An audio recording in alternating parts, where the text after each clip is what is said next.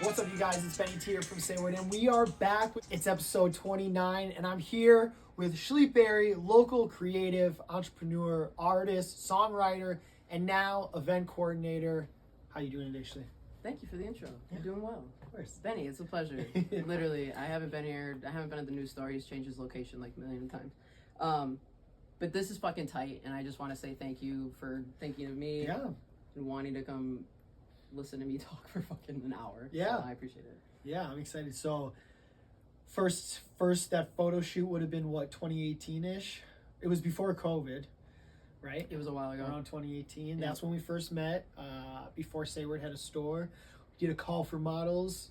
Shle was down to help, always down for the SayWord cause. No, the first time I met you is when I bought this. Oh, yeah, and then we modeled right after. Yeah. Yes. Yeah, We I met you at Collectivo. in Bayview. Yep. That's right. Yep. That was actually the first time I had been in that Collectivo, actually. I'm glad I got to pop your cherry. There you go. Yeah, for real. I'm not respectfully, not a Collectivo person. It's okay. There's other things. I don't know why. That's all right. I like making coffee at home because I'm a nerd. I also enjoy saving money. That's Agree. So that's the thing. That's probably like my top sexiest thing is saving money. Swear to God, bro. We're in our 30s now. You really got to think about it differently. Fuck, yes, bro. yes, seriously. But this is literally one of my favorite coats. I wear it all the time. That is by far the most requested and like asked about SayWord piece. People will like find it, Yeah, because it has posted Milwaukee from years on the ago. back. Yep, Shit's Milwaukee on cold. the back. And we had it, bought the jackets, had them imported, and then everything was embroidered locally. Dude. We only made 20 of them, and I know for sure 2 of them have been destroyed on accident, So there's unintentionally. less. So there's 18 of them out there. I only have one of the 18, you guys. And I have one of them, so... Shout out. So if you want to let people know, obviously I gave them like a little spiel, but if you want to let people know like what you do, what you're about, Sure. all that gym jazz. Yeah. Who is the Shle of the Berry? I'm really annoying, so like if you ever hang out with me in person, like I'm sure you'd want to give me back. Big facts. I primarily am known as like a singer, rapper in Milwaukee. COVID hit me really hard. COVID hit all of us hard, but I just didn't know what the hell To do. Yeah. My whole identity in Milwaukee became this like musician who was moving around a lot, and then when COVID hit, I was having an identity crisis. It was just like, what now? that's what I am. If I'm not doing that, I didn't know where like my worth was anymore. Yeah. I didn't really know what I wanted to do with music. I was trying a lot of different things. I started producing, I started making beats because I didn't know what else to do with my energy. Dropped a few singles since COVID. Didn't promote them that well because a lot of people don't even know that I was dropping music. All of this has led to what I'm working on right now, and that's what Benny had previously said is this event thing. I'm branding it as 4x4, for the city, by the city. And it's really just taking my experience for the last 10 years of what I did for Shle Berry and like applying it to the masses. Yeah. But Milwaukee primarily. Yeah. So we're doing events. We're trying to sponsor events. We're just trying to be where the people are in Milwaukee. Yeah. So that's what we're doing right now. It's kind of like what we were talking about before we started recording about like role change. Yeah. And like position change can be weird. Yep. And uncomfortable, especially as adults, because we've thought we've known what we wanted to do or accomplish, and then when that either goes awry or you realize you're not getting out of it what you wanted, and we have to make that shift, that can be like super jarring. Very jarring. Because you put, even though we're told not to, we put all of our eggs in one basket to follow our dreams, that we're told we can accomplish anything, and then when that doesn't happen, I think we instinctively hit like the oh shit, like the panic button. I just put all my eggs in this basket. Correct. And a lot of the times it takes a lot of like self-reflection or loss or trauma or whatever to realize that just because the exact thing you had your eyes on may not work out doesn't mean that there can't be, you might quickly realize you're actually so much fucking better at something else. Because just because you're talented at something doesn't mean you can be successful at it. There's so much more to success than just being good at something. And sometimes you realize like the things you acquired and the skills you got while doing that passion is going to help you do so much more. It wasn't for nothing. Correct. Yeah, that's you like think it is, And that was even what, you know, Chris and I were talking about, like, what do we do with all of this, like, knowledge and information that we have? I'm like, it can't go to nothing. Yeah. And we're like, let's do events, because we see that Milwaukee's in this, like, renaissance, I like to say. Yeah. We're in this change, and I think it's the perfect time to try and, like, build a sense of community in the only way I know how. Yeah. And that's bringing people to Together. things that I know. Yeah. Yeah. Yep. Yeah, we talk about all the time at SayWord. We do, you know, we've built our own community, but we cross cultures. Like, we bring people together, so many different walks of life, and people, clientele come here because of the mix of stuff we do. Yes. And because of that, we've just built a really unique, like, SayWord ecosystem that I've And back to found. identity thing, it's like you can be more than one thing. Correct. I think I was having a hard time with that. You're like, you can be an artist and, like, float in that lane. Yeah. Yeah. And I was doing a lot of things behind the scenes, but I wasn't talking a lot about it, because a lot of my success in the city wasn't just, like, my talent. It was all the work that I was doing behind Correct. the scenes, like the Correct. marketing, the content, the way we would approach shows. Like, we were really trying to do it because we knew the art part wasn't what was gonna blow anything up. It was like you had to give it some more intention. 2019 was probably the craziest year I've ever had. I was working full time at Apple at the mall, so I was working, like, second shift, and I was, like, posting on Instagram every single day. We had a show, maybe 2 shows a week for that entire fucking year. It was just like Bang, like, thing after thing after thing. And then COVID hit, and we were like, Skirt! what the fuck? Yeah. And I think being taken away from it, with the role thing especially, like, I've had to find myself so centeredly, corely. I don't even know how I'm trying to describe it, but, like, I had to learn how to love myself in a way that no matter what my identity became, I was still cool with who I was. Yeah. You had to make sure you were down with Shle Yes. Berry before, because that was getting whatever lost. was next. Yeah. And then I got attached to the validation, and then you were doing things just for the validation, and I'm like, Correct. this isn't fun anymore. Yeah. So You get the pressure, you know. I'm obviously, it's a little bit different, but similar in the terms of, like, when you're an independent artist, similar to being, like, an entrepreneur, like, you realize that your success is solely put on you. How you portray yourself, how you bring money in is on you and only you. And it is a lot of pressure. it's a lot. And it can be very overwhelming. But I agree. I think everybody has to hit, if you're going to be in, like, those lanes as well as a couple other, you really have to be in that, like, fuck it mode. Yeah. Like, And you have to get destroyed, I think, to, like, get to fuck it mode. yeah. Like, because I'm in fuck it mode right now, because old me was so, like, I didn't want to offend anybody. Yeah. You don't want to get canceled. You don't want to be said you're saying some out-of-pocket shit. And I was just being really timid. And now it's like, since I've burned everything to the ground, like, since COVID happened, I went through a lot of personal growth. I stepped away from music. I was trying to figure everything out. And I turned 33 this year, and, like, I'm not religious, but I heard the whole story about Jesus, that he got resurrected in his 33rd year. Yep. And there was something symbolic about that for me. Okay. That I was just like, yeah, like, I'm coming back as, like, I know who I am now, because before I was letting everyone else tell me who I was. Yeah. And, like, feeling accountable to be that.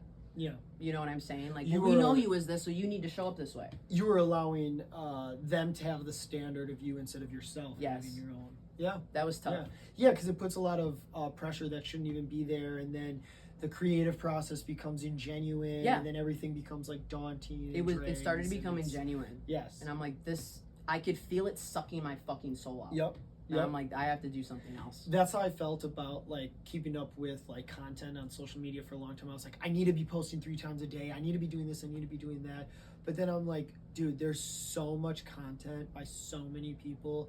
At the end of the day, like, nobody never be enough. really gives a shit, too. Yes, 1, never be enough. And 2, nobody's like, oh, Benny only posted once today?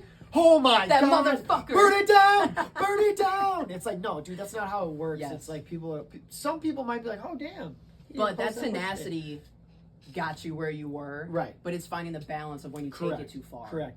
And my family will always come first. And that's one thing I've gotten better at is, like, when I'm home, like, I'll set up my time to work, but I've really like dialed back how much I'm working from home. Boundaries are huge. Huge. And that was part of just growing up, like Correct. learning what that was. Mm-hmm. Because when I was learning about boundaries, you try them out and you don't know how to enforce them. You're like, so Right. I'm going to try this thing out. And they're like, well, fuck that. And then they make you feel bad.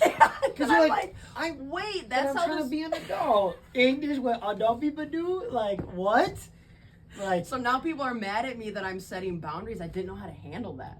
I'm like, isn't this what I'm supposed to do, though? I have like horrible guilt issues. Yes. So like, letting somebody down or like It disappointing hurts them me. is like, oh fuck. Yes. But at the end of the day, bro, I can't be responsible for how you feel. No, and I had And to that grow was up. was something about accepting Yeah. where it was like, oh wait a second. Can't save the world, dude. No. I can't even No. save myself. Yeah, yeah. Like, I I'm need trying to make chill it out. through 2024. Like, oh, sheesh. Like my grandma always used to say, and I stick to this day. Like, you got to approach life like they tell you on the safety protocols in an airplane. You have to make sure your mask is on Swear to God. securely and tightly before you try helping anybody else. Swear to God. Because if you're not good, how do you expect to help someone else get good? Swear to God. So Yeah, I went deep right off the jump. right off No the jump. laughing. No. You've been involved in a lot of stuff with the local scene, just behind the scenes, on stage, all types of stuff. What would you say is like your all-time favorite event or performance or just experience involved in like the Milwaukee music scene? Is there something That's that such a good question. something that like really hits, something that really stands out? First thing that comes to mind, what are you thinking? I'm trying to think. There's like, I have my answer. well, just give me something because then it'll inspire me.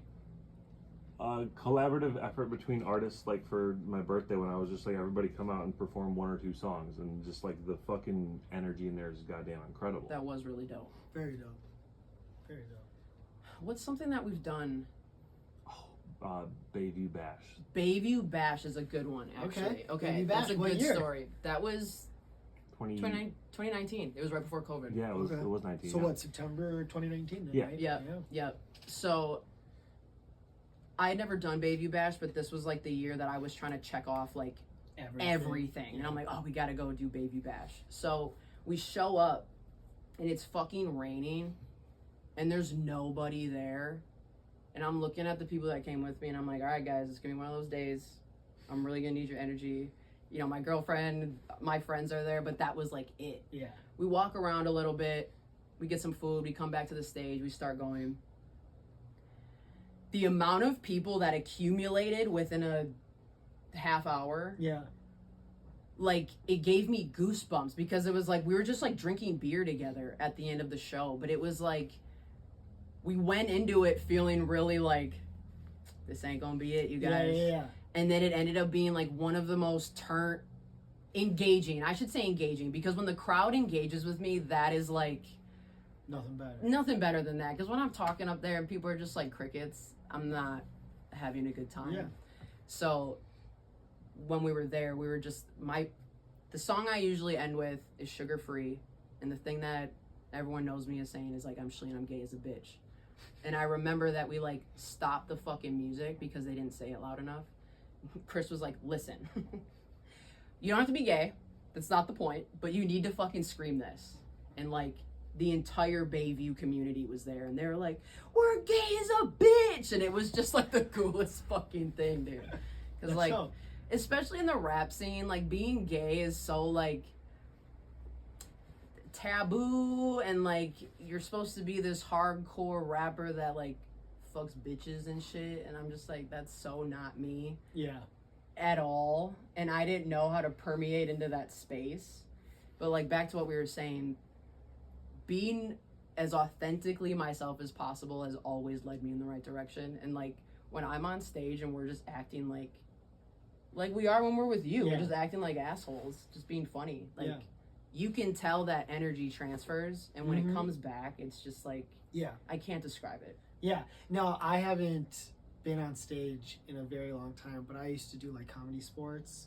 And I was on stage a little bit, I'll be honest. Okay. There are pictures of me rapping with Wave Chappelle behind me. Put that on the record. Wave Chappelle was behind me on the mic. 2010 at the Majestic on the south side before it closed. My God. Bro. You're old as fuck. Oh, chill. Bro, aren't you older than me? Yeah. I was going to say, I just He turned 33. He was so offended. He was like... I was like, yo, hot take. Hot take. That's a hot button. I'm sorry. I'm sorry. We had two guys in here the other day, and one guy thought I was 42, and the other guy thought I was 24. And I was like, What the fuck? 42, B? yeah. But just, I think it was more so because of the way I was talking, and it was before I had shaved my beard. Okay. So I looked a little grizzly, and I was talking about like Atari or something. But I was like, This what the 42-year-old fuck? guy. I was like, that's so funny. That just like perception with that is a motherfucker. But yes, I used to spit a little bit. I can see you spitting. I was homies, an affiliate, but not part of a group called Be Right.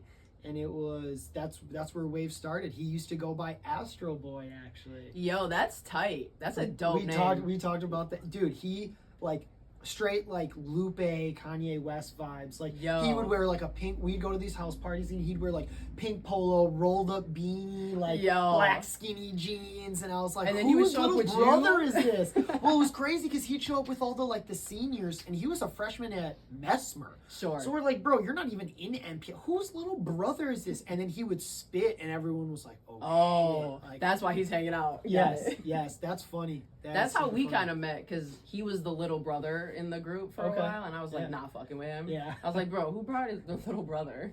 So it's cool how we've like Yeah. over the years, like Okay. that's my guy, but like in the beginning it was like, nah.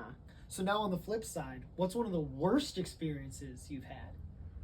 Okay, I have a good one. Wait, also, why'd you guys make those faces when I said comedy sports? Because we've been talking about I like, love comedy sports. Oh, okay. I thought you were gonna tell me to do stand up, I mean, I don't give you. Yes, I used to, because like, but like high school days. okay, I was gonna ask you if you got some jokes. No. Okay. Oh, dude, in high school days, you want to know, dude?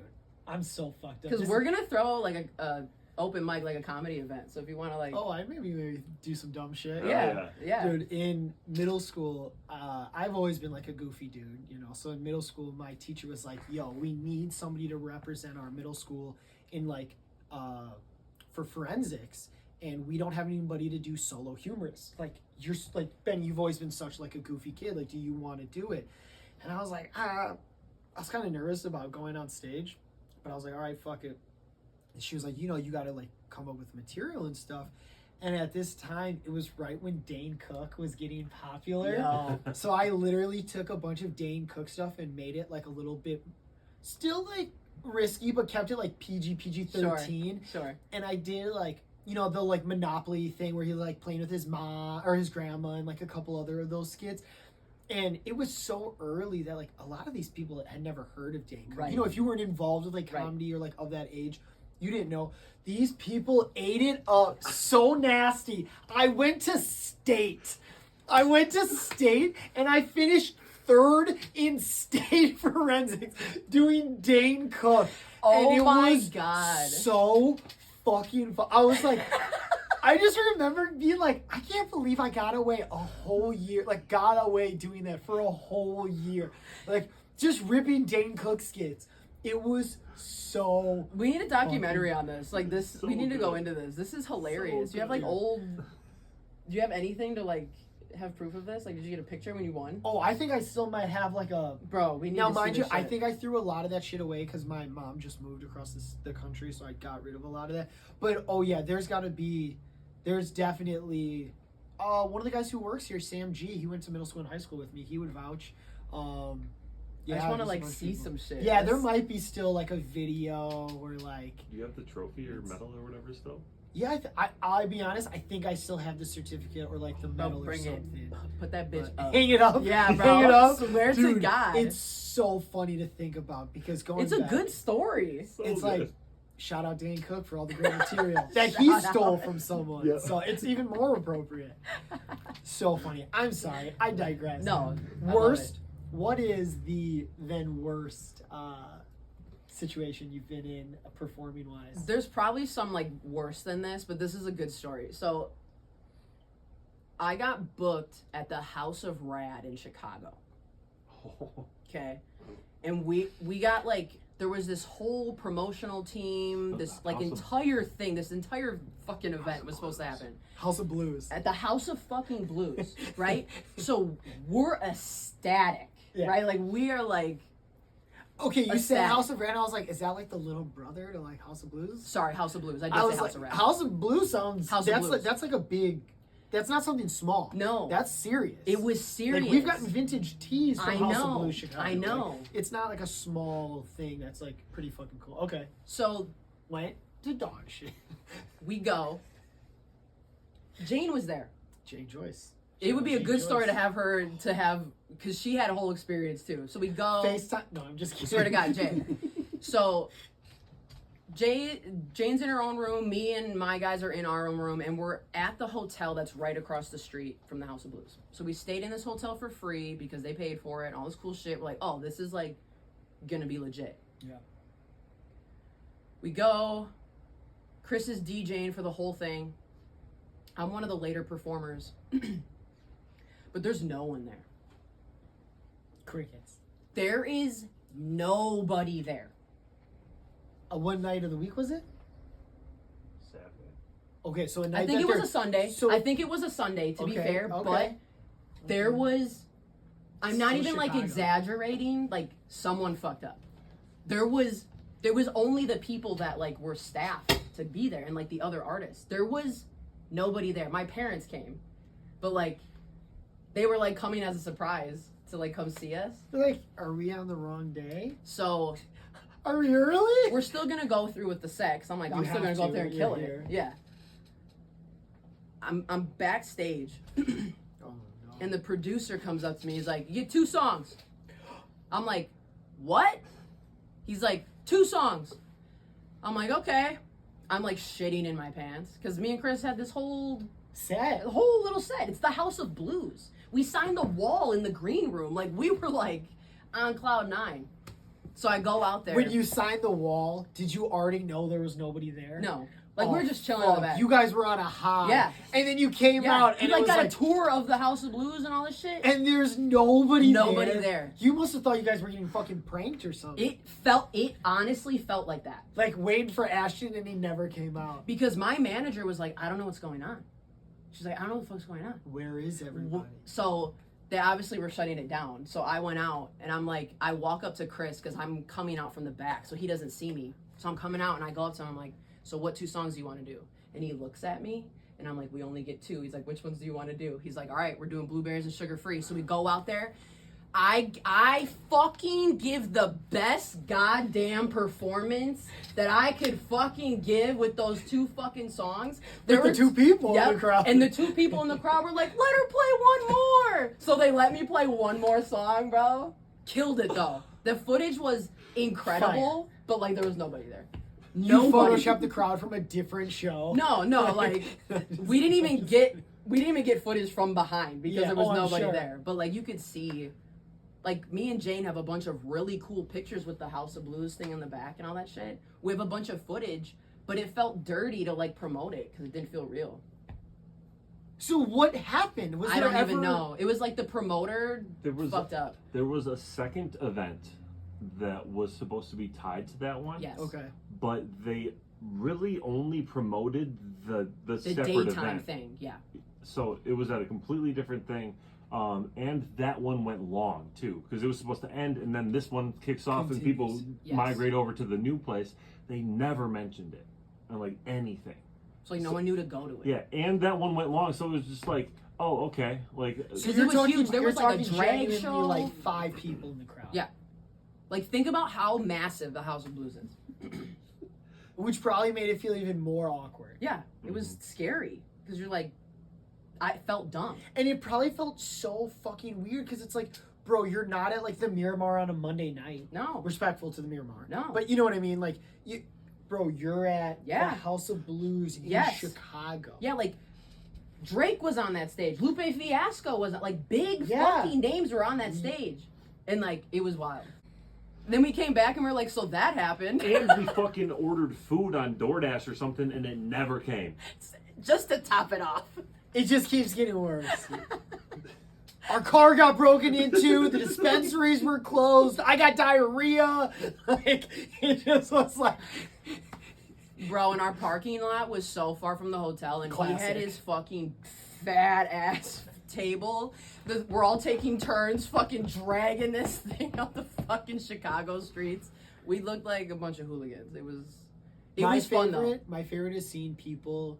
I go to Chicago for C2E2 and my Chicago Comic Con. Yeah. And I love seeing people who are like dealing with the parking situation, but they're like in cosplay already, bringing all their other supplies for the next couple days. So it's like, holy shit, Optimus Prime is like carrying around all of his luggage. Like, what the fuck is going What's on up, here? bro? Like, aren't you a truck? Just fucking transport that shit yourself. Like, you fucking dumbass. You idiot. Just fucking transform. Okay, so now you've been doing a lot of... How many events have you officially planned now? Just the one officially? For 4x4? For 4x4. So we had our first one last month. Okay. It was dope. It was with Aya, Kendall, and Drip Sweat. Yep. Super dope. Can Eye's incredible. It was a successful night. Our next one is September 27th, which is a Friday. It's coming up in like 2 weeks. Coordinating or performing, which do you prefer now? I'm a performer at heart. Okay. And Chris and I just had this conversation because I'm trying to get one of us off the ground financially, and like the amount of things that I do behind the scenes like just doesn't allow me to make music right now. Mm-hmm.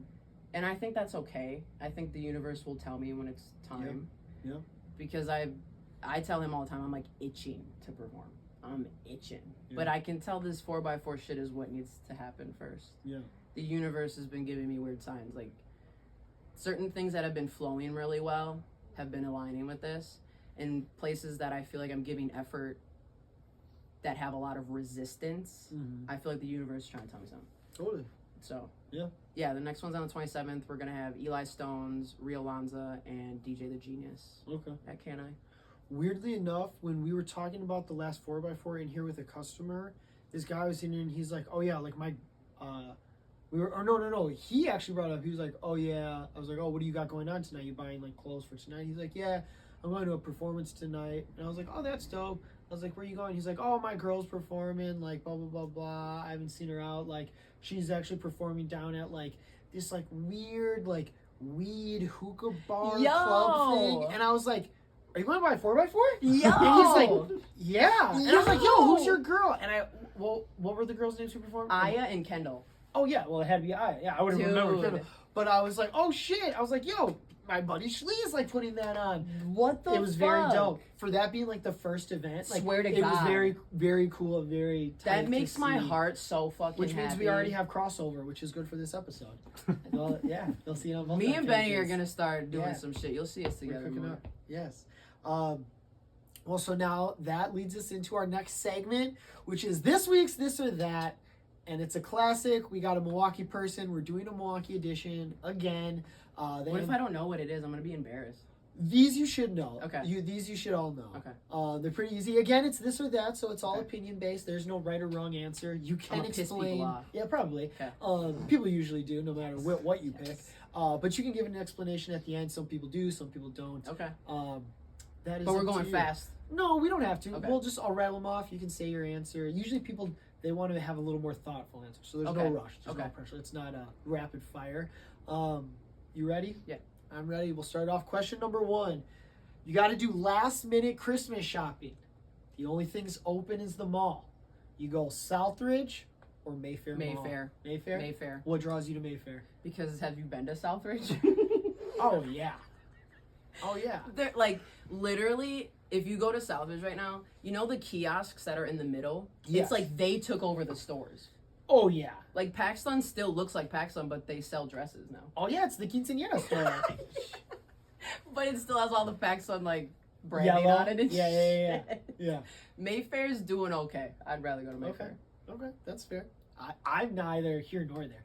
Do you remember, now we're the same age, do you remember when Southridge had the fountains? Yes. Do you remember when Mayfair had the ice skating rink? Yo, what the fuck? In the middle. Mayfair had the ice skating rink in the middle. Yeah, you didn't know that? I had no remember them idea. having it, but you went to it? I'll be honest, I think I might have been too little to actually skate. Okay. I want to say I might have been ripped out in like 94. Okay. Might have been when they ripped it When out. I was birthed. Yeah, when you were birthed. Yeah, so fresh I was out like the canal. 3. I don't know. I don't think I have any I don't think I remember. Okay. it. Okay. But yeah. I still am going to Mayfair. Yep. Yeah, Mayfair all day. Undoubtedly. Yeah. They just have better stores right now too. Like if I was trying to pick someone up something, If you I had know to rattle off 3 stores that are at Mayfair that aren't at Southridge, what are your 3? Vans, Okay. Apple, Lush. Yeah. Okay. What's the box lunch? Box lunch is a They good got one. box lunch at both now. Do they? Yeah. Oh. Southridge steals me because they have round 1. The Okay. arcade. Okay. I played It a is lot of dope. the crane games. The girl, my kids, my wife, they love That's going, fun to do. so- I agree. Expensive as shit now, but yeah. So if I'm gonna, to be fair, they also have a decent. Southridge has a decent movie theater now. It's not attached to Oh it. yeah, the Bistroplex Yeah. right across the street. Yeah. Yeah. So Yeah, I've- yeah. That's right. I guess Okay. it depends on where I'm at because Mayfair's a little bit Yeah. north. Yeah. But like, I'm probably going to Mayfair. I'm Yeah, going to the that's Apple fair. store. That's fair. Canes is right by Southridge now. Damn, that That's might true. have changed things. Canes is mid. I'll be honest, bro. That's Wait, all hold I on. ate in Arizona. That's all I had. Okay, That's all I had. okay. But don't you think it's a good fast food chicken place? Yeah, I'm not waiting in line for 3 hours.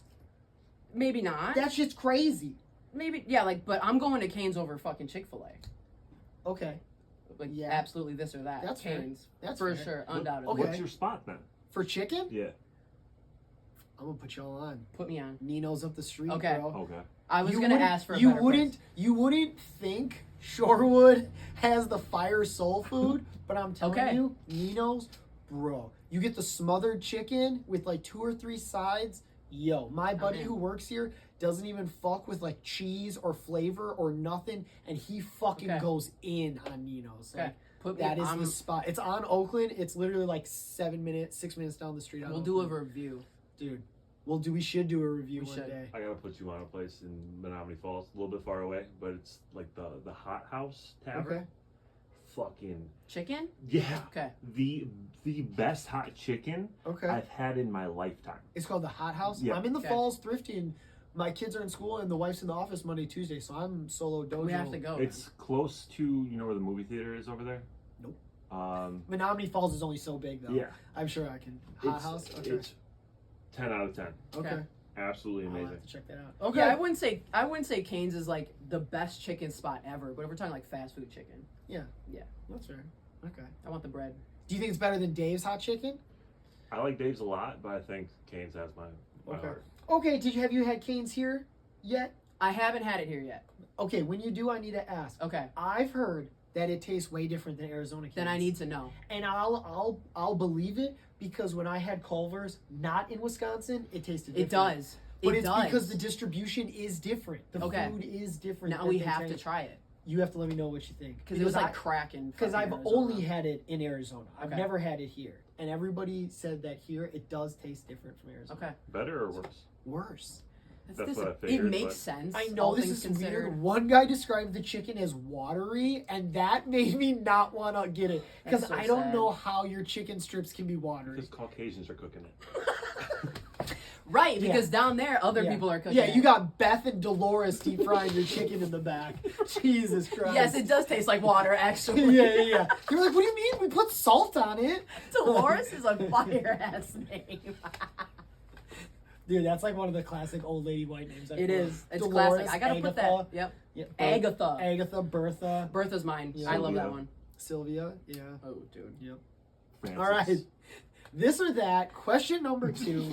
We come in at better event. You got a group of homies. You got to take them to an event. It's the summertime. Are you going to bring them to Summerfest or State Fair? Do the homies like music? They're your homies. You tell me. God, I have some. It would really depend, because like if we're trying to experience, like if they've never been from, if they're not from Milwaukee, I'd probably take them to State Fair, because it's like more of a, I can give you an experience. We can try a bunch of food. Yeah. But like if I'm with my They friends, have music there. I saw Nelly at State Fair. Boys to Men was at State Fair. Like Yeah. they got some heat. Yeah. But like if I'm with like maybe like some of my ratchet friends and we're trying to get into trouble, then we're going to Summerfest. I mean, at State Fair, our mayor did get beat up with a mic. So, He said, "Don't put it past State Fair." don't forget that. Okay, maybe I'll change my mind. So are we going Summerfest or State Fair? I don't know. I might go State Fair. That's kind of wild. They got the slide. That's true. That is Going true. down that drunk is pretty fun. Yeah. All right, you changed my mind. Okay, State Fair. Didn't mean to sway you. We'll take I it. fucking hate Summerfest, bro. I hate going to Summerfest. It's so just slimy. It is. Yeah. It is. Question number 3. You only have $5 in your pocket. You have to buy a Milwaukee snack staple. Are you grabbing hot cheese curds from Culver's, or are you grabbing cold custard from Cops? Cops. Okay. 1000%. Okay. Ice cream is my shit. Yeah. What flavor? Cookies and cream. Okay. Bowl or dish? I mean, sorry, dish or cone? Cone. Okay. Absolutely cone. Yeah. All right. No Fat Elvis. That's not at Cops. Oh, if you're going to A Babes. real one would. My favorite spot in Milwaukee for ice cream is Babes in Bayview. That was my fiance's first real job. No shit. And I went to high school at Nathan Hale, Okay. which is in Dallas. Oh my gosh, do you know him? Yeah, Bro! but I know who that is. Random deep cut. This won't be in the video. That's not an That's not urban an urban legend. legend. That's a fact. And I can put money on it because I've seen it. She's got a younger sister named who went to my high school. She used to write on the walls with her poop. With her poop! What? Yes. Then one day she cut herself with safety scissors. With child safety scissors. And then flicked the blood at the teacher. Off the rocker. So yeah, I went to Hale. Bro, wild. No, I stayed away from kids. So Nathan Hale. I stayed away from kids. Oh, I don't. That's probably how you made it out. Correct. I thought it was to my detriment until I got out. I'm like, oh, I'm glad I was weird and stayed away from people. That's so It's like- fucking funny. Um, I'm trying to think of other kids I know that went there. a lot of weird fucking people went to Hale. A lot of that school is so. We're like right on the cusp of like New Berlin, Yes. But also still West but Dallas. still Yes. kind of Dallas. Because you either go there or what's the other school that's in like the New Berlin Hills corner that starts with a W? I think There was Eisenhower, which is in yes. There's Eisenhower. There's Whitnall. Whitnall. That's the one I was thinking Whitnall. of. Okay. That's in Hale's Corners. Okay. But I don't know why I brought up Nathan Hale. We had a moment. I don't know why I brought up high school. To Nathan Hale. What was the question? Because we were talking Oh, the about ice cream Cops, place. Culver's, ice cream. Oh, so at Babes. Hale, there's Oscars right by Hale. Yes. So like Okay. I didn't go anywhere else just based on location. So Okay. like I wouldn't have heard about any other place because that's where all the white kids would get in fights. Yeah. Get the cops called on them. Yeah. Like they'd have like Spirit Week. Yeah. I remember one of the days was cross dress week. And it was so uncomfortable for me because I already wear dude clothing. You should have dressed like a girl. I That was- would have been fucking Fuck funny. no, you would not have caught me dead wearing that shit. You wouldn't have caught me What's dead. like one of the funniest things you did for like Spirit Week? Did you ever partake in it? or, like, If it was like Fun. yeah, if it was like sports related, I'd wear Okay. fucking jerseys. But like, I always felt like Weird. a Yeah, weird. that makes sense. Didn't go to shit. Yeah. I remember going to homecoming in my sophomore year, and I kind of dressed up, and I was trying to be like, not too boyish because I didn't want to get roasted for it, but like showing up like that. Then I Yeah. didn't want to dance. I didn't want Yeah. to do anything. I'm like, I'm Yeah. going home. Yeah. I feel So then we started hosting our own fucking homecomings. So like they'd host homecoming and we would just throw a party at one of our homies' house. that's dope. And we'd dress up like, Yeah. super hardcore. I wear like a tie and shit because I felt like I could actually wear the things I Yeah. wanted. That's fire. Because like I really relate to that story where like I didn't go to shit because people weren't fucking with me. And Yeah. maybe low key that wasn't true. Correct. But that's It's how our it was perception. being Yeah, that's perceived. your truth. Yeah. Yeah. Fuck yeah. Absolutely. I will say my favorite like Spirit Week moment was my senior year. My best friend and I, Linda, we went. It was Twin Day, and I was like, oh, I got a fucking idea. She's like, what should we wear? And I said, bro, just wear black pants and whatever you want on top, but wear black pants and wear black and white shoes. She was like, oh, okay, then how are we gonna know and match? I'm like, bro, just trust me. So she pulls up, and I have a 4XL purple t-shirt that we wore together, and we were conjoined twins.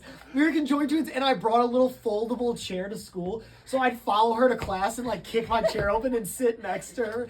And mind you, all but one teacher was like, Trelongo, get the fuck out. Right. What are you doing, bro? What are you doing? And at first I tried getting away with it. I took off my undershirt. So I was like, I can't take it off. I don't have a shirt. And they're like, oh, we'll find you a shirt. I was like, God damn it. All right. Question number 4 of this or that. We're bringing it back around.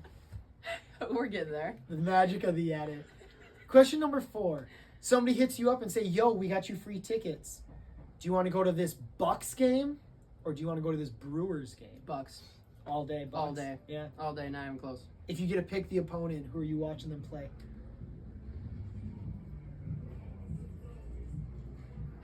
Are they going to lose? Oh, fuck. I want to see them play the Celtics.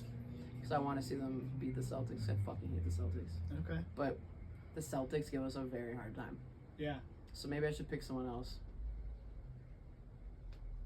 The Mavs. Okay. Yeah. You like Luka, Kyrie? I do like Kyrie. That's fun. I actually like their duo a lot. I do too. I didn't know how I was going to feel about it at first, but it's kind of cute, and I'm fucking with it. They're both dudes who like genuinely don't fucking care. Yep. And that's what I like. People like hate that. And I'm like, but that's weirdly enough why I love that. I love it. Yeah. And I think Kyrie has grown a lot. I've like really appreciated his like leadership role that he's taken recently. Yeah. You can tell he really like took a lot of the things that Kobe said to him and applied it. Because him being more of like an old head and teaching other people has been cool to watch. Because he was like the young one that was always in trouble and always on the whatever. Yeah. But I fucked with him because he's such a... I like that fuck you attitude out of somebody. Because I've been that kid where people think you're something and they... Like you, and you're getting judged for being this MPS kid. It's like you think you know who I am, but you really don't. Yeah. Dude. So Bucks game, that's fair. I'd say the Bucks. I'll be honest, I'm not a huge LeBron fan. I'm not either. We should have a whole conversation on just that. Yeah. I'm not a hater, but I just hate how he gets compared. It's like he can just be his own thing. I will say now, I've always been like anti-LeBron, but I am also a women lie, men lie, but numbers don't kind of person. For sure. And you can't argue what he has done and what he continues to do. I agree. But the same way my mom gets mad the way that she feels people like disrespect like Kareem and his years of play.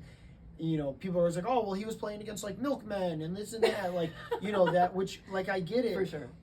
But like that's kind of how I felt I was with like Jordan, is being like, well, Jordan's time was different and like the plays were just more aggressive and like the amount of time and money they put into players is different. Now they're grabbing kids at 10 and they're giving them professional trainers. So it's going to be so much different development than Jordan's development. He was organic. insane at that time. Correct. No one was doing what he was doing. Correct.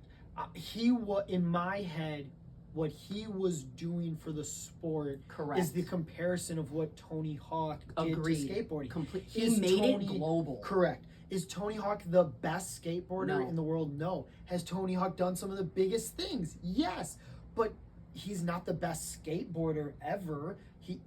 He may be the most impactful. And that's one thing to where you can say LeBron, you know, I don't know how much you follow skateboarding, but like for me, MJ is Tony Hawk and LeBron James is Nyjah Houston. Okay. Because LeBron James has won fucking everything. Sure. And he's been doing it fucking forever.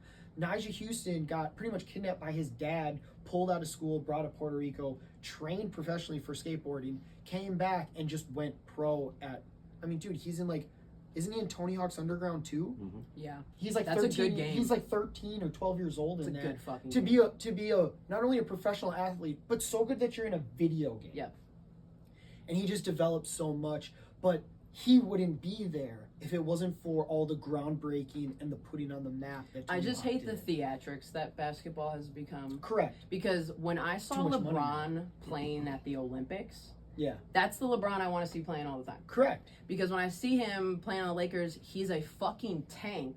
And he's like, boo, boo, bee, boo, when he gets a foul. I'm like, I get that you want to get a foul. I get that it's part of the game. I get that it's strategy. But you are LeBron and you're a fucking truck. Go put your elbow in the rim. The grownest man out there. Like literally. Yeah. So when there's this like he acts fragile, I'm just like I cannot get down with that. And he does it because he knows he can get away with it. And that's not a good reason. It's corny. Like, talk to Jordan or Kobe about that shit. Fight through that shit. Fight through that shit. Kobe Bryant shot his free throws on a broken Achilles. Yeah. Because my thing is to me, okay, now if I'm a defender, you're going to flop, okay? So I'm going to probably not foul you as much or go easier because I don't want to get called on some bullshit. So now you're just going to make your 2 points. And then now we're going to move on. It has dulled the game. It encourages softer defense. It exactly does. So now if you do it the other thing, now, you know what? I'm going to run through your perfect example. When Kobe and them played, I want to say it was 2004 when they played against Spain in the Olympics, or 2008, whenever it was. And in the first play, he says, I know what they're going to play. I'm going through his fucking chest. Going through his fucking chest. And he did exactly that. Yep. Bro, that's what you do because then you set precedents. Guess what? If you're LeBron and at 240, you're plowing through these 23-year-old children. Correct. Guess what? They're going to be scared. They're going to then still play defense, but they're going to play way more hesitant. That's when you cross them up. That's when you get them to foul dumb. And it's more about the game. Correct. And not about just like... the mental politics. Yeah, the like rules. How can I bend the rules to make this like just super play weird. the game. Yeah, I agree. So I'm glad we should have a whole conversation in basketball. Because I would love to. Yeah. I don't talk to a lot of people that have my perspective. I can basketball all day. Me too. Sure. Okay. That's fair. Different conversation. Final question. We're coming in at question number 5 for this week's This or That. Bigger city legend. David Gruber or the Milverine? The Milverine. Okay. Has to be. We literally just saw him the other day and we were like, it's him. I don't think I would do that for David Gruber. No? Okay. I'd be like, yeah, it's David Gruber. But is it because there's a little bit more like allure to the Milverine? You have to find him. It's like where's what? It's more of an actual legend. Urban Yes. legend, Yes. Okay. You have to like be here to know that. Like if you're online, you know what David Gruber is. That's true. Like cool, bro. I mean, they did do the Vice special on Milverine. Okay, that's kind of tight. Yeah. And my mom had dinner with Grub and his wife before, so like that. So what? He's super. Yeah, he's mid and times. regular now. My mom was staffing paralegals for him. She worked at a staffing agency, so I was just like, "Oh, let's do this on TV." Just like what it broke the celebrity for me. Yeah, I get that. That's a good question. That's funny as fuck. Okay. David Gruber. Going with the Milverine. Well, that's this week's This or That with Shle Berry. Let us know what you think about the answers down below. Holler at us. How'd you feel about it? Not too crazy. It was good. No, it was good. Smooth? Yeah. Cool. I thought you were gonna give me some tricky shit. No, that was good. No, tricky. I try. Sometimes we do different things. We do like ghosts and ghouls and goblins. I didn't do that this week. I decided we're gonna do a hot topic, and this hot topic we're bringing in is I want to talk to you about AI. And I know that sounds very general. I don't know a lot about it, but I've been hearing a lot of things. I just want to hear what you take. Okay, so have you heard about first like the Elon Musk, like the Neuralink? Have you? I haven't heard a lot about this. Okay, so the second patient had it implanted. Okay. And what it does is it allows you to connect to electronics. It's literally a computer in your head that you're controlling. That would be like a phone, but in your head. So he just played Call of Duty via his thoughts. He just thought about up, down, left, right, down, shoot, down, duck, left, right, run, left, right. And he did good. I feel like you would do better reaction time, right? Because I don't have to press a button. I just have to think it. Correct. So you lose that gap. You're way quicker. Correct. And it reads where your eyes are. Fire. Just like the Apple Vision Pro. Correct. So it's in your head, and where your eyes look is where the Have you put on the Apple Vision Pro yet? No. It is the trippiest fucking thing. You have to do it one time. I feel like I'd get addicted to it. Especially if you're into the AI. It is the craziest fucking thing it is insane that I'm alive to experience. I've watched videos on it, and they do look nuts. They look nuts though. You turn around, you forget to close a window, and you're like, God damn! Like, close. I was playing this game. I was like putting pieces on the ground. The table was as big as the fucking room. I'm like, what year is it? It was You need to try those. I'm seeing people make games like D&D using Apple Pro. Yo. That way everyone puts on their Apple Pro. Yo. And then you just sit there and the board's interactive and shit's moving. Oh, I'm rolling the digital dice. Boom. And the dice turns into a giant dice so everybody can see it. Bro, so I was in Yosemite. Okay. And I was chilling in Yosemite. And then I could just put up a movie on the mountain. And I was just watching some fucking movie and I was just chilling in Yosemite. It was cold. There was snow. But I was watching a movie. We were chilling. It was insane. And the screen was away like I was at a drive-in. Yeah. But isn't it like 2 G's or 2,500 retail? It's ridiculous. Like, sell a kidney. There was one of them, like, I have a fear of open water. Okay. So I wanted to see what it felt like. Dude, so anxiety. Dude. Yeah, what's like, I've seen the one where you're, like, underwater, like, swim with sharks. I'm like, or die? Yeah, like, I'm Who good on wants that. I'm good on that. There's, like, a fear. It's, like, something phobia. And it's, like, open water. And, like, it's for meditation, so they make it seem like you're going to be relaxing. So I'm like, oh, I'll check this out. And I was just, like, in the middle of the ocean. I'm like, oh, my God, this is not relaxing. Fucking get this shit off. Yeah. It's so real. It's so fucking real. I was on the top of, like, a volcano. I was literally just on a fucking volcano, and it's just like... See, that I like. See, because for me, it's like, okay, people who are, like, handicapped or, like, people who are, you know, whatever, end of life for them, and they can, you know, use it to experience something. I agree. Like, shit like that's super cool, but stuff like the link in your head, like, bro. The way that the Apple Vision Pro senses your eyes is scary to me. Yeah. So the fact that they're putting chips in their head, like, it's... So have you heard about it's called Friend, the necklace? Did you see that? No. So it's called Friend, and you put it on like a necklace, and it has like full sensors and like a camera, and it becomes like, you've seen the movie Her? Yeah. It's literally like that. So you can change the settings for it to be more like romantic or like frustrated or like whatever. Like you can kind of like pre-tune the personality, but it is AI, so it develops. And like one of the previews they posted was like, the guy like is wearing it and it connects to Wi-Fi, so it can even like text you and like talk to you and stuff. And so he's playing and he loses in like Call of Duty, and the device goes, oh man, you suck at this game, because it like sensed that he lost. And then it like starts reading like your personality traits, and then if it starts like, it's meant to literally be like a friend. And like I swear to God. Dude, I would turn up like, how Milwaukee, bro, you fucking ass. Like, you know, like my thing would be so like, mine would be foul as fuck. Like, but I was like, it reads your facial expressions, and it's all AI, so it can start reading when you're like sad, like, hey man, I notice you drink apple juice every day at 4:00. You didn't have yours today. Did you forget? Wild. And it's like, it almost starts creating a log of you and your life and your habits, and then it develops into what the AI thinks would want to be like the perfect friend. Sure. It's really weird, and to me it's like, I mean, bro, there's like how many billion people in the world? You could just like literally meet somebody. Literally. And it's like stuff like that's real. I think the AI stuff's maybe going like a little too far. It's gonna get worse before it gets correct. I mean, people never thought that you'd go into a fast food place and like order off a digital screen Swear to God. So I'm like, so then what's that cashier doing? Dude, I know, like AI is at the tip. It's like, where is it gonna go? So much further. Dude, so much further. Like, what are we gonna see in the next few decades? We're gonna see some shit. I think there's so much shit. Would you go to Mars? If Elon was like, yo, we're going. Yeah, I'm not going. Nope. I'm not going. Nope.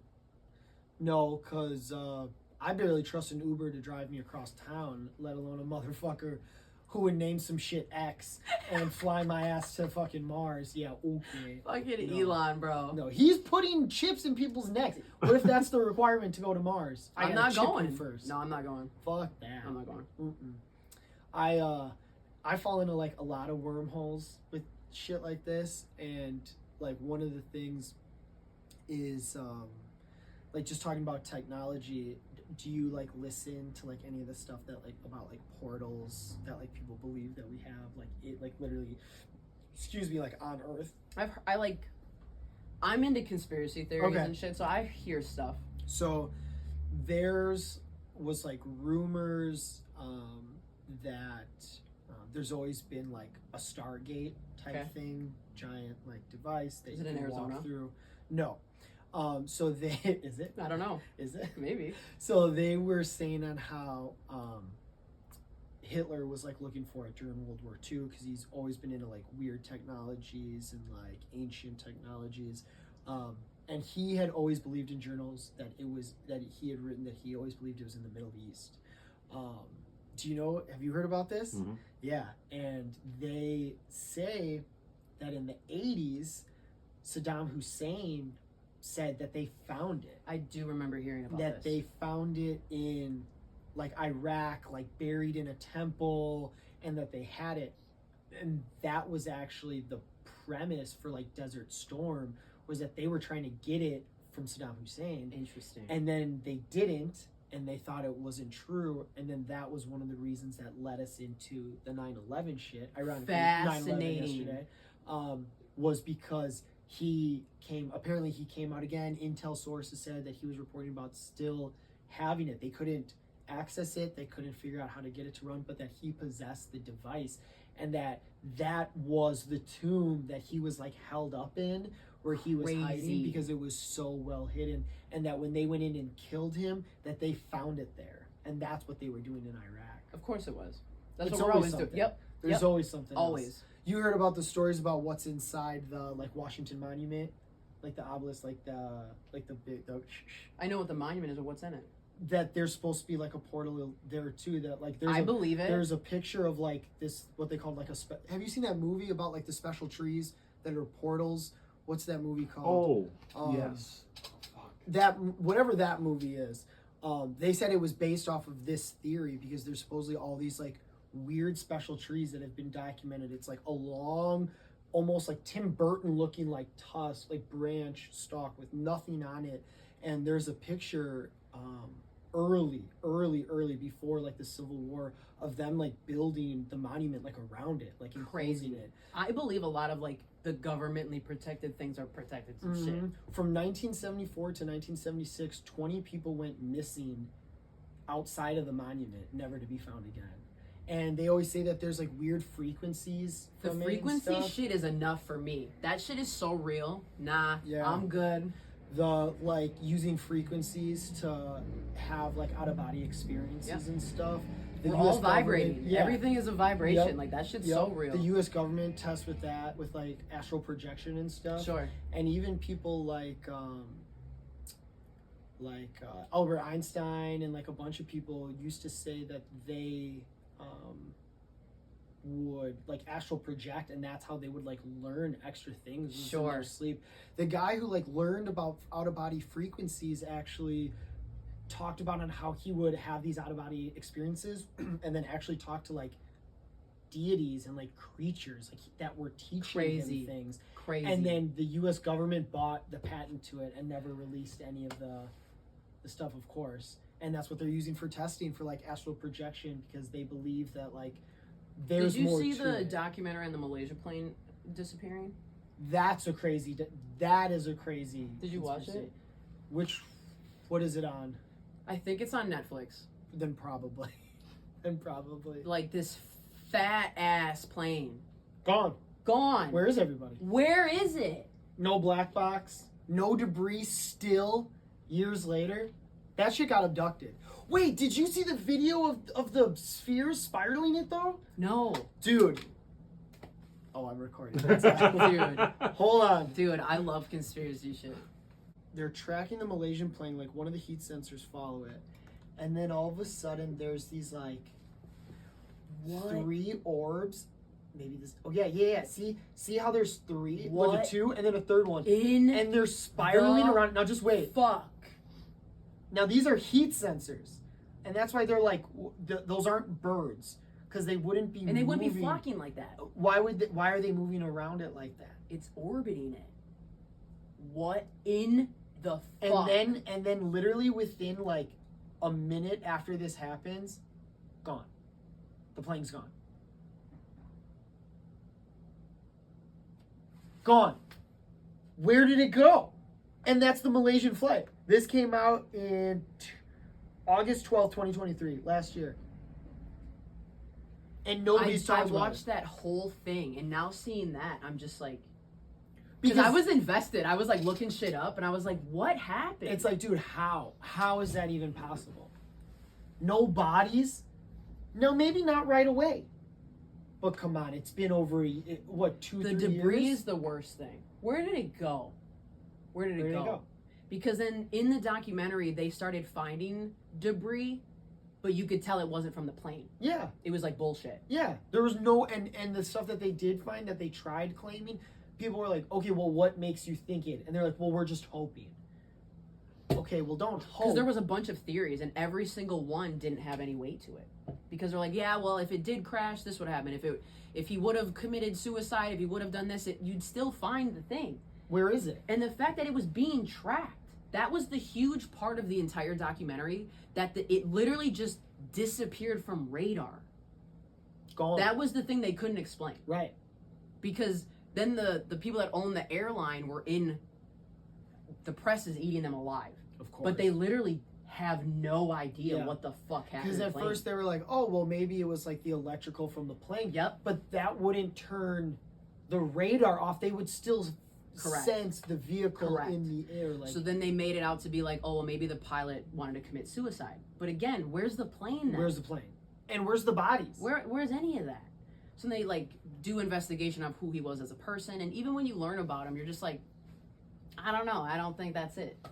It's like, why now? He loved being a pilot. Well, and here's the thing too. There's like videos and like shit that happens like when a plane starts going down, people are on their phones. Yep. They're messaging people right away. They're calling people right away. Oh my gosh, I love you so much. We're going to whatever. None of that happened. None of that happened. No. All of a sudden it was, yep, we're flying here. Brr, brr, brr, brr, brr. They've even tracked like Wi-Fi usage on the plane up until the second, and then everything cuts. Yes, they cannot explain it. Seeing that just freaked me the fuck out. When I saw that, I was like, okay, that actually makes me feel better. It makes sense. Because that makes sense. It makes me feel better because where else would it have gone? And that is crazy to me because that's not like a video on like somebody's phone. That's like air traffic scans. That's a heat sensor from, I believe they said it's a military boat that was over the ocean. And it had one of its sensors up. It saw it. It was tracking it. And then all of a sudden, these 3 things came out of nowhere. And by the time they could even deploy for people to look into it, you saw the video. It was like 15 seconds. Gone. They were like, okay, what is this? Where did it come from? We're watching it. Now it's gone. Wait, where's the plane? Dude, it was a really scary thing to watch. I'm so glad you brought that up. Yeah. You just gave it full circle. Right after you said that, I was like, wait, no, I totally remember that. Yeah, the Malaysian thing's crazy. It's like Portal or something. Mm-hmm. Got snatched. Yeah, strange. There's just way too much that we don't understand or even comprehend. Have you seen the scale video of the universe zooming out and you see how big it is? It makes me want to throw up. Yeah. When they showed where we found the black hole, we'll show you where it is. All right, so now we're in the world, and now we're in the Milky Way, and now we're in that, and now we're in that, and I'm like, we're still going, and we got a picture of it. If you're ever really fucking depressed, don't watch that. Because if there's a 30-second video that made me deal with suicidal thoughts again, it might have been that video. Because you're just sitting there holy shit, I literally am nothing. Nothing means anything. Nothing means anything. What are we doing? Yes. Yeah. Even technology, the way we took the picture, 5 different telescopes in 5 different countries had to aim at the same place at the same time. The weather had to be perfect. And then once they captured it, they had to wait 3 months to process the footage. So they didn't even know if they got it. Right. That's crazy. Dog, that's how wedding photos used to be. You have this huge moment, and then you just hope months later all these photos show up.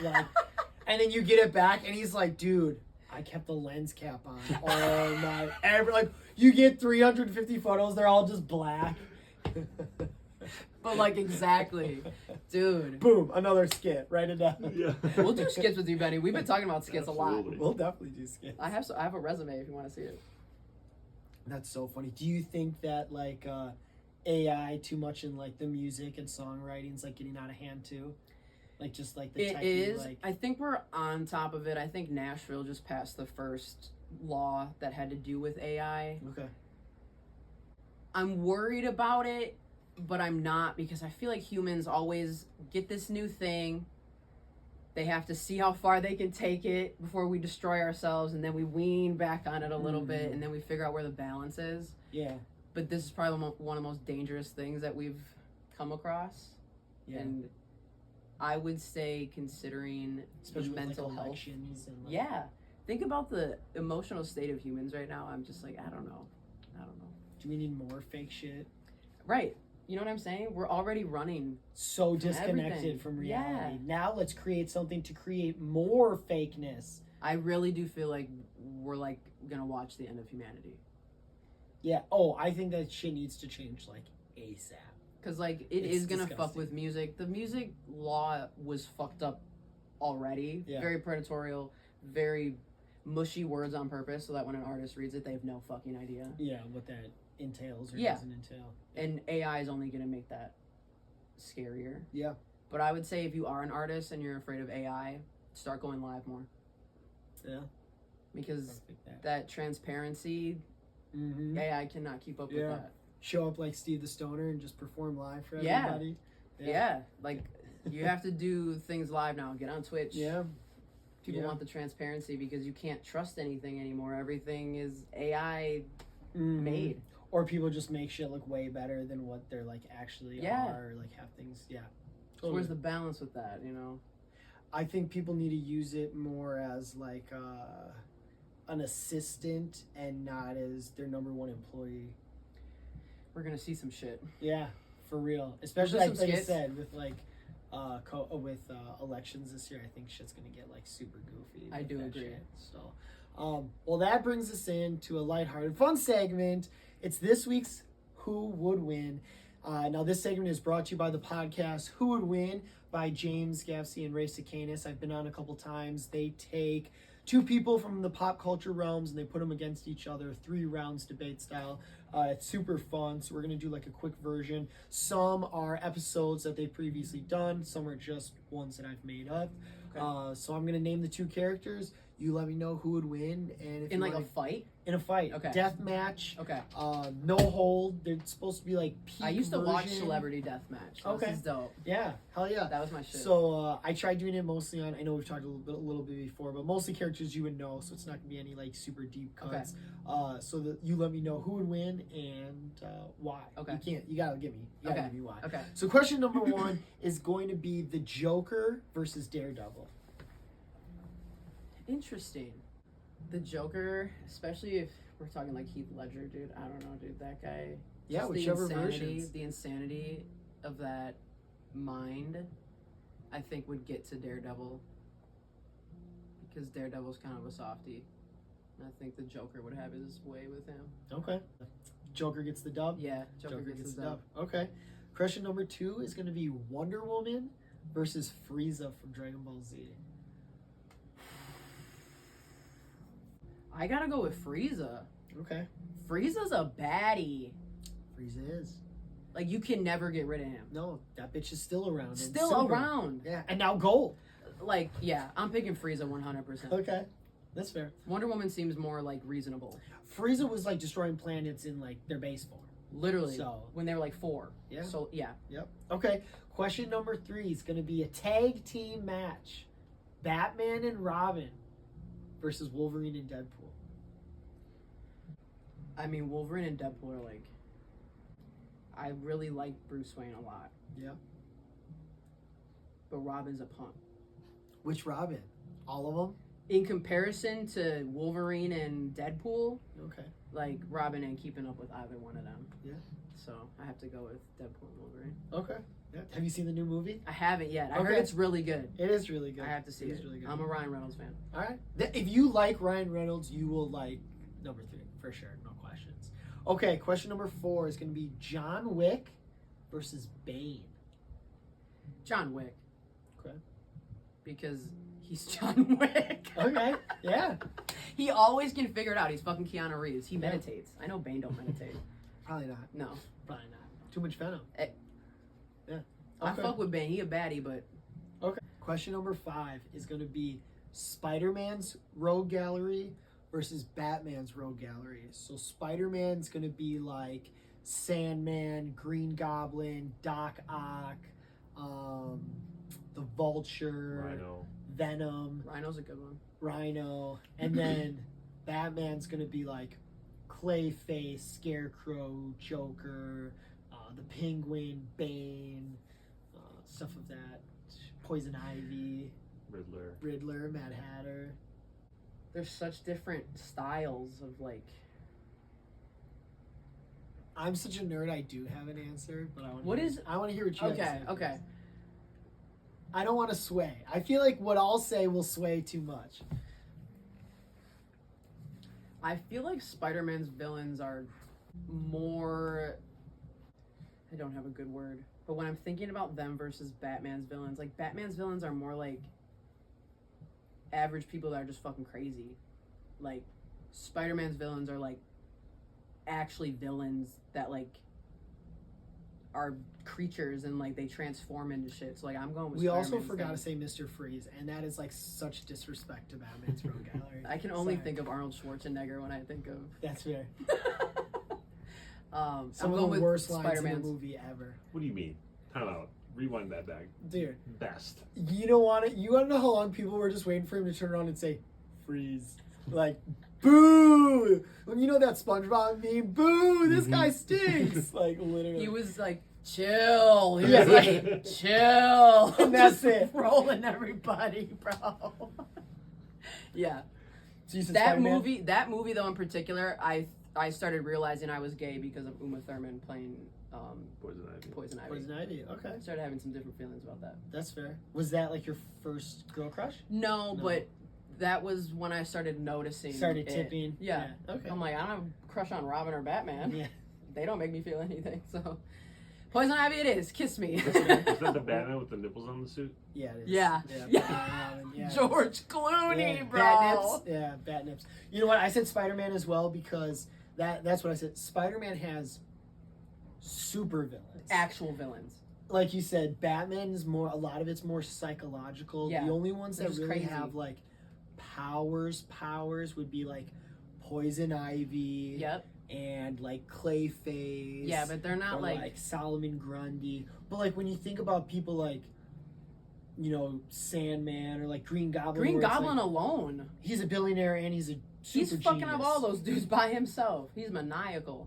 He is. He So is. yeah, Okay. I'm going with Spider-Man's. Spider-Man's. Yeah. Well, that was this week's Who Would Win, brought to you by the homies over at the Who Would Win podcast.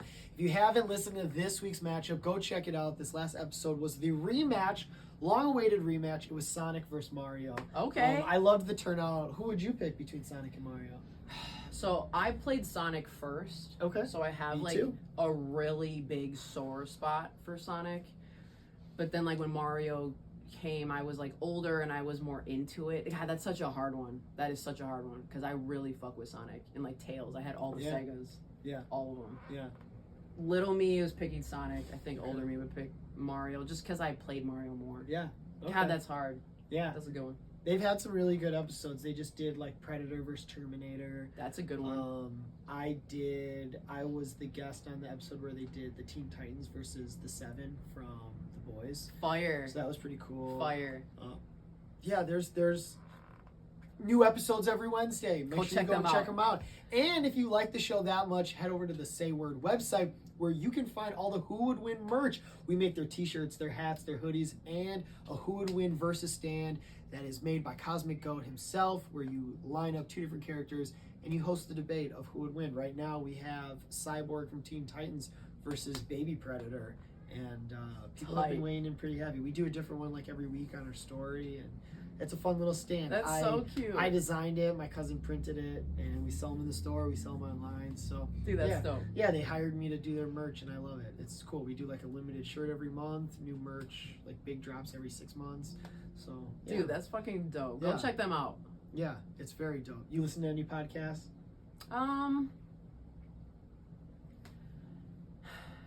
That's a tough question. I listen to a lot of shit. I intake a lot of shit. Yeah, Yeah, but it just depends on like my mood. Mood. Yeah. totally. I listen to a lot of marketing, business, Okay. like independent artists things. I listen to a lot of mental health stuff.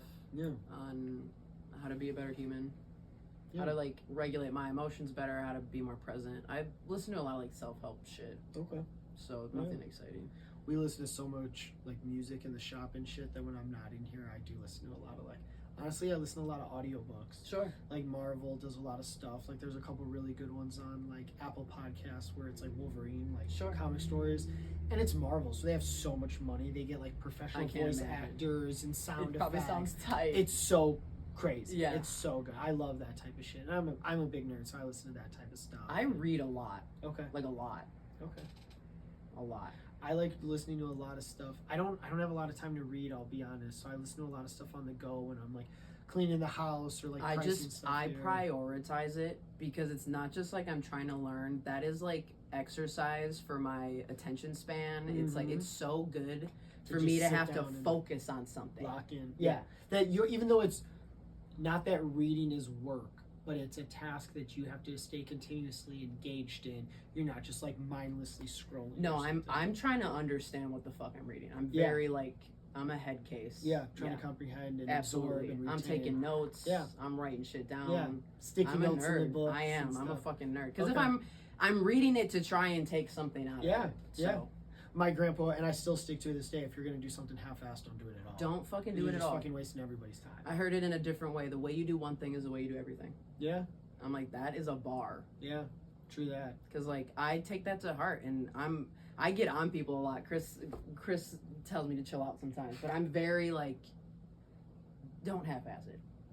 Yeah. Don't fucking half-ass shit. Mm-hmm. Like, if you're gonna start it, dude, whatever it is. That's honestly the gripe I have with, like, so many people are, like, doing vintage events now and, like, hosting, like, thrift markets and, like, stuff like that. But, like, people don't want to put in the time, money, or effort to promote. They just want the result. Right. They want the result, but they also just want, like, all the vendors to give them their money so they make money. You know, oh, yeah, give me all your vendor fees and now that's it. It's like, bro, why are you not putting out, every time we've hosted an event, I'm hanging up posters, I'm handing out flyers in person, in the streets. There's a reason why you're successful, buddy. Dude, we do videos, we do posters, and, like, you know, vendor highlights. It's like, bro, don't you want your vendors to, like, cook and, like, make hella bread? Don't get me started on this. It's the same in the music scene. When I see, like, artists doing shows and stuff and the way that they'll show up to a venue or how they treat venues, I'm just like, don't you want the venue to like you? Aren't we all supposed to eat? Yeah, like, don't you want them to make money?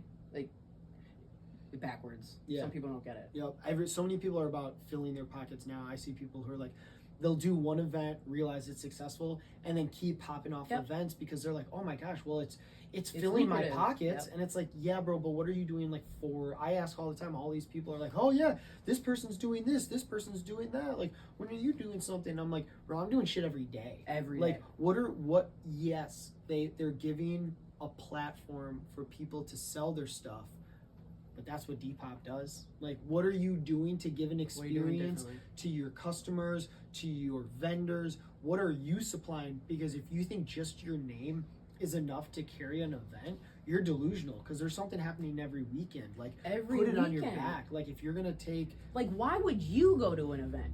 Exactly. Because if you're not thinking about why someone would come and you're just like, well, I did it, so people are just gonna know. The market tells you, and that's why I love business, because, like, you can make something, you can put all your time into it, you can be like, look at this thing I made, and the market's gonna be like, it sucks, and you gotta eat that shit. Hell yeah. You gotta eat it. Hell yeah. You can't be like, well, you guys just don't understand. It's like, they're not gonna pay for it. Yeah. Go think of something else. Yep. And I don't host, like, big events, because to me it's like, yes, they're cool, but they're also overwhelming for the average customer. Like, it's less quality control. Correct. The bigger it is, the crazier it is. And, like, at SayWord events, like, when you come to, like, Wannable and we have our events, like the SayWord events, we're on number 4 now. It's like, we have tattoos, we have food, we have drink, we have games, intention, we have videos. What a thought. We have curated the vendors that are here. So there's men's vintage, women's vintage, kids vintage, jewelry, knickknacks. Actual thought. We had Emmy, who works for us now. She was doing live portraits for cheap. Fire. We do the heat press. We bring the heat press and we make custom garments for you. You pick out a vintage blank of your choice.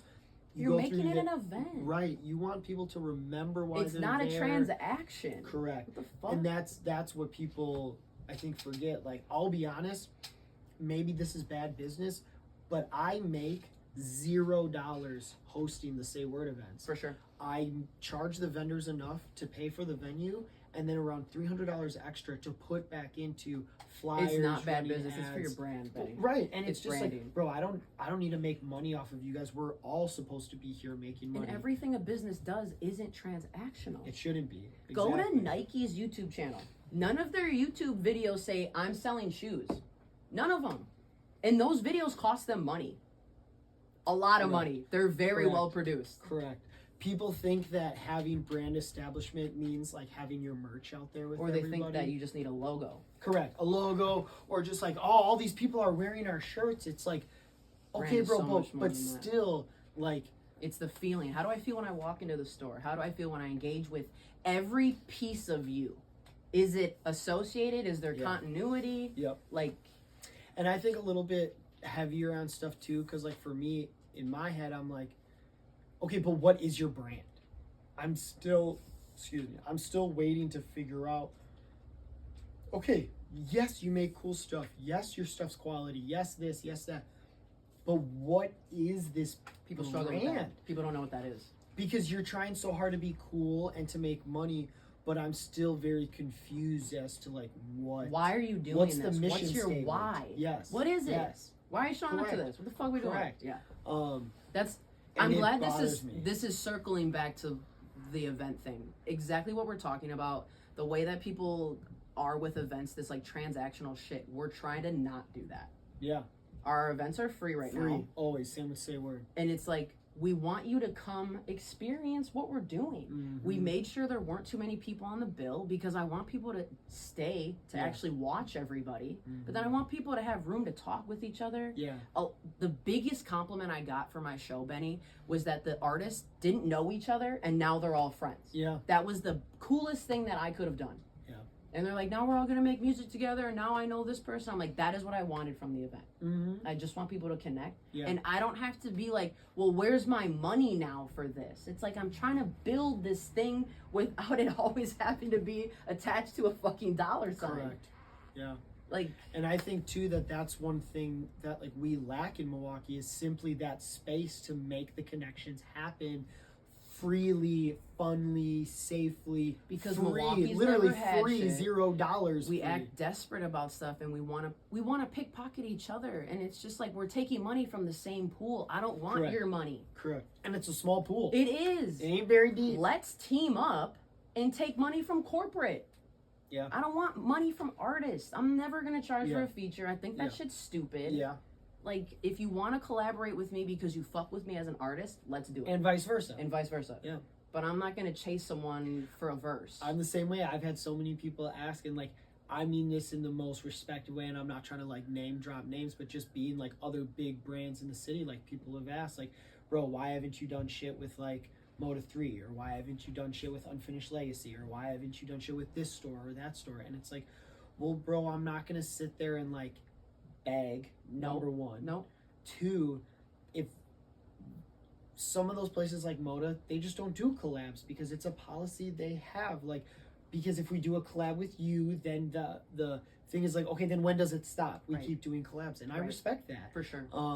You know, like I don't give away the reshare for free on For my sure. page, like not because I have a big account, because we don't, you know, we're barely approaching 10K, but it's like, it's because it's my values, and like, bro, that's my space. I'm not just gonna promote your shit because you want. Like, I've had people say, "Oh, post this on your story." It's like, Bro, why? you don't even follow my page. Right. Why would I promote your stuff? You know, and it's like, we need to. We just, I get it. Listen, I get it. Like, we deserve, like, worth. For, like, we're worth. Like, I get it. Yeah, But the way we approach it is so predatory. it is It's like we don't have to treat each other like predatory that. and like expected. Yeah. Like I've had people Expected is a good literally word. be like, "Oh, you don't know who I am," and it's like, No, dude, I literally don't I live under know a who you rock. are. Yeah.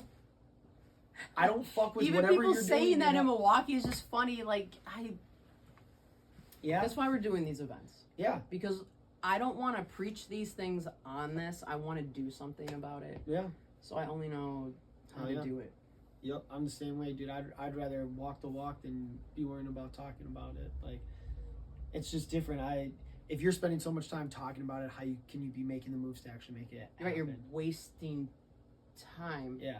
Actually. Well, it's funny too, like with this like thought and like need of like musically, I feel like it's obviously so important to work together because you're creatives and artists. In like the retail space, it's a little bit different because like we are directly like fighting financially for like sales and stuff. But even still, like there's no reason why like people can't be like cordial or like send people to other stores. But I just think that like we're like so embedded in this like competitive nature. I agree. It's annoying. It's so weird, and it's hard to like break out of that. And I'm super honest. Like I'll tell people like, oh yeah, take your shit there. They buy this stuff there. For like, sure. Because at the end of the day, like it's not about the business rivalry. It's about the customer. Yeah, like what do you want? I don't have what you want, I know someone that does. Literally. It's supposed to be like building, even if we're not fucking with each other, we should still be able to build community together because you still benefit off each other being in business. Correct. So like it's a correct. win-win. 100%. And like this is gonna sound really bad. I'm very competitive, but I don't feel I have competition. No, you're competitive. You have drive. Correct. Like I'll like compare myself to others and like what other people are doing because But as inspiration. Correct. Yes. I don't use it as like a negative. I don't use it as like an idolization or criticism. Look at them. Yeah, I use it as like fuel to be like, if they can do it, dude, I can do it. My head, I'm so sick. I'll see someone be like, bro, they think they're cooking. Bro, they think they're cooking. It's like the Usher meme. I'm like, watch this. Right, like, swear to God. Oh, that's cute. Anything you can do, I can do. Dude, I'm so petty. Someone would be like, oh, look, we got this one Packer sweater in. And I'm like, an hour later, kicking in like, Packers drop 45 new t-shirts. Like, oh, you want some fucking smoke? Yeah. Oh, you want Packers shit? Say less. Dude, or people will be like, and that's the thing. It's literally started, Lauryn Hill and the Fugees, Ready or Not, Here I Come. My buddy sent me a meme. It's the Fugees, and it says, Petty or Not, Here I Come. Bro. And that's like my shit. Honestly, fire. Dude, I've had people like send me links, and it'll be like another store, like another vintage reseller, and it'll be like, best selection in the city, or like, right, take it offensive. Most like, he's like Jordan, he takes it all personal. He's like, okay. And I took, like, you have to create your own fuel, though. That's what he did. Yeah. Oh, he's totally. Like, oh, he was talking about this thing from 1804? Bet, I need that for fuel. I feel like Kobe in that video when he talks about in high school, all the players that were ranked above him, he made it his hit list. So he knew when he saw them, love that story. I'm taking you out. Yep. Fire. He's like, they didn't even know it. He's like, but they were on my list. Yep. That's how I feel. I agree. Y'all, some of y'all are my ops and you don't even know it. Agree. And it's even funnier because I'm like, damn, the roles are reversed because there's so many people I know that don't fuck with me and don't fuck with SayWerd. Sure. And I am fucking living rent goddamn free in their head. And it is so nice. Because it's like, damn, bro, I'm what's keeping you up at night. Swear to God. You know I just sell t-shirts and video games. Like, you're letting your weird ego over used clothing bother you. I'm sure there's a whole thing in that space. Oh, it's so... Because there's a lot of, like, fanboy stuff in this space, and people get extremely attached and to... a lot of money, and it's all... You don't have to work for it. You just have to be present. Yep. Right place, right time. Yep. That's all it is going to the right rummage sale, finding the right person selling their collection. Like, that's what it is. And now, just like everything in 2024, so many people in the community, they do it for clout. It's not about what the garment is or the history of it or getting it to the right person or recycling or being green. It's none of the stuff that vintage like started and what it's about. People confuse validation with passion. Correct. Because they're like, what can I do in the world to make me feel validated? And then they call it passion, but then they don't do the thing that we were just talking about, all the shit that you don't want to do, or hosting things for free, or shooting content that like I'm gonna edit for 5 hours and not get paid for. You want to know what most of the vintage community is made up now?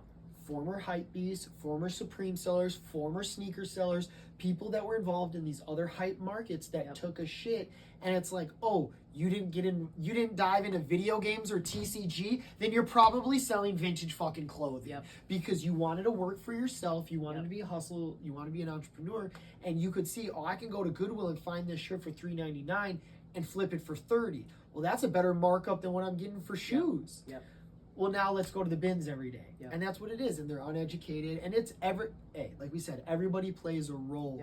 But I think that that's a saying that everybody needs to understand. It's like, bro, this is a circulation. Like, if you're a picker, you sell to the store, and the store does sales, and there's so you're much a consumer. room, especially in Milwaukee, for win-win everything. Money to be made out the ass, for sure. And like, I'm not trying to take advantage of anybody. I'm not trying to exploit anybody. I am trying to fill people up. I want you to feel impacted when you leave my event.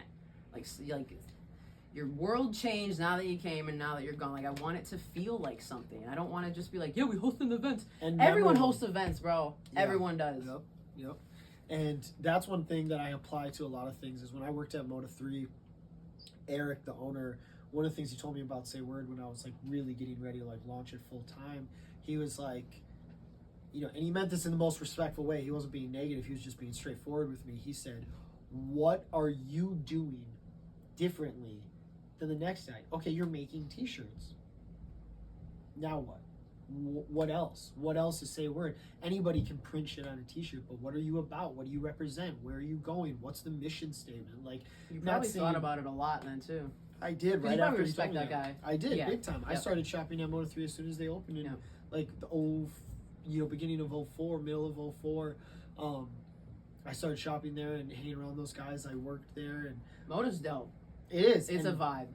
And being someone who comes from a business that's been open for 70 plus years and someone who's been running SayWord now for over 7 years, like, it's hard. It's hard to run a business. It's hard to keep it going. It's hard to stay relevant. It's hard to keep it going. Especially when you're in fashion and clothing, because trends change, things change. And I think they've done an amazing job at like adapting. So yeah, I do. You have to adapt as an entrepreneur. Correct. The industry is going to change regardless. And continuously. Yep. You got to be ready for change, man. You've been doing a really good job. You take the punches as they come. You're just like, fuck it, I'll open another store. Like, we're going to blow this wall down. Yeah, we'll see. And that's why we're talking about the shoes is like, shoes are in the shitter. So that's why like our prices are cheap. We carry like, you'll find Jordan 1s and Dunks and 3s and 4s on the wall, but you're also going to have like rare Nike samples. Sure. You're going to have like rare Adidas collabs with like the Simpsons. So even though there's less, they're more fire. Right. Yep. We on average, we average around 100 to like 110 pairs on the wall at a time.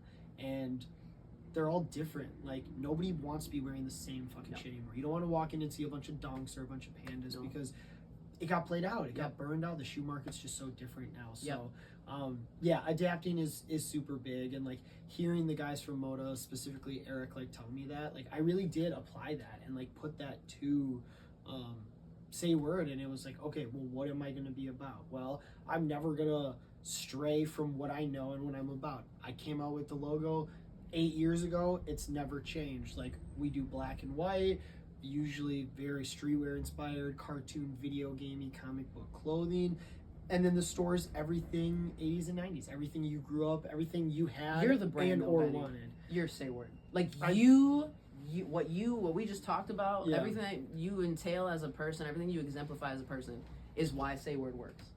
I feel like I've had to pour myself into it because, again, like you said, if you're gonna do it half-assed, don't do it at all. And like, the only way I feel that you can truly make something like genuine is if you really do like put it on your sleeve and like wear it and like rep your brand and like be about it. Like, that's why I make my videos every morning, and like that's why I'm always showing my face on camera, and you always see me in something SayWord, because like, dude, if you don't fuck with you, who will? You know what I mean? Like, you got to be number one fan. You have to be, bro. Hell yeah.